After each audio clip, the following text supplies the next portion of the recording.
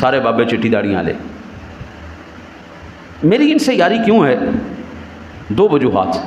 آج تک ان لوگوں نے کبھی اپنی ماں کی، اپنے باپ کی برائی میرے آگے نہیں کی.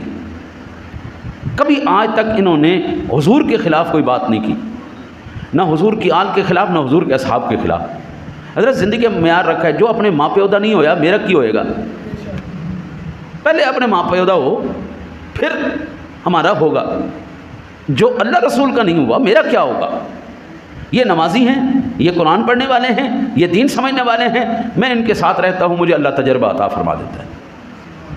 ہمارا تو زندگی کا ایک ہی معیار ہے، جو ماں باپ کا وفادار ہے، جو اللہ رسول کا وفادار ہے، اس کے ساتھ یاری لگاؤ. جو ان کا وفادار نہیں، وہ میرے بھائی ماں باپ نے سارا کچھ ان پہ قربان کر دیا ہوتا ہے اولاد پہ.